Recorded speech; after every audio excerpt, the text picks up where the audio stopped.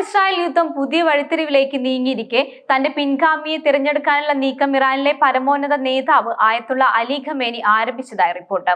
3 പുരോഹിതന്മാർക്കാണ് സാധ്യതയെന്നും പിൻഗാമികളായി പ്രഖ്യാപിച്ചത് എന്ന് വൃത്തങ്ങൾ ഉദ്ധരിക്കുന്നുണ്ട്. സംഘർഷത്തിലെ ഇസ്രായേലിൽ നിന്നുള്ള വധഭീഷണികൾക്കിടെ ഖമേനി ഒരു ബാങ്കറിൽ അഭയം തേടിയിരിക്കുകയാണ്. ഇതിനിടെയാണ് അടുത്ത പരമോന്നത നേതാവിനെ കുറിച്ചുള്ള ചർച്ചകൾ സജീവമാകുന്നത്. അലി ഖമേനിയിൽ പിൻഗാമിയായി ആര് വരും എന്ന ചോദ്യം ഒരുപാട് നാളുകളായി ഇറാനിൽ സജീവമായി നിലനിൽക്കുകയാണ്. അദ്ദേഹത്തിന്റെ മകന്റെ പേരും പലപ്പോഴായി ഈ സ്ഥാനത്തേക്ക് ഉയർന്നു വന്നിട്ടുണ്ട്.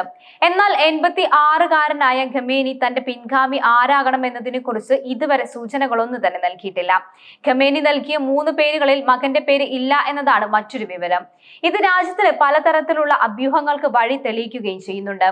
ഇറാനെ സംബന്ധിച്ചിടത്തോളം ഇത് വളരെ നിർണായകമായ ഒരു സമയം കൂടിയാണ്. കാരണം ഒരു ഭാഗത്ത് നിന്നും ഇസ്രായേലിൽ നിന്നും അമേരിക്കയിൽ നിന്നും ഭീഷണികൾ ഉയർന്നു വരികയാണ്. മറുവശത്ത് രാജ്യത്തിന്റെ സുസ്ഥിരതയും പ്രാധാന്യം അർഹിക്കുന്നതാണ്. അതിനാൽ തന്നെ ആരായിരിക്കണം പരമോന്നത നേതാവ് എന്നതിന് ഒരു വ്യക്തമായ തീരുമാനം അനിവാര്യം കൂടിയാണ്.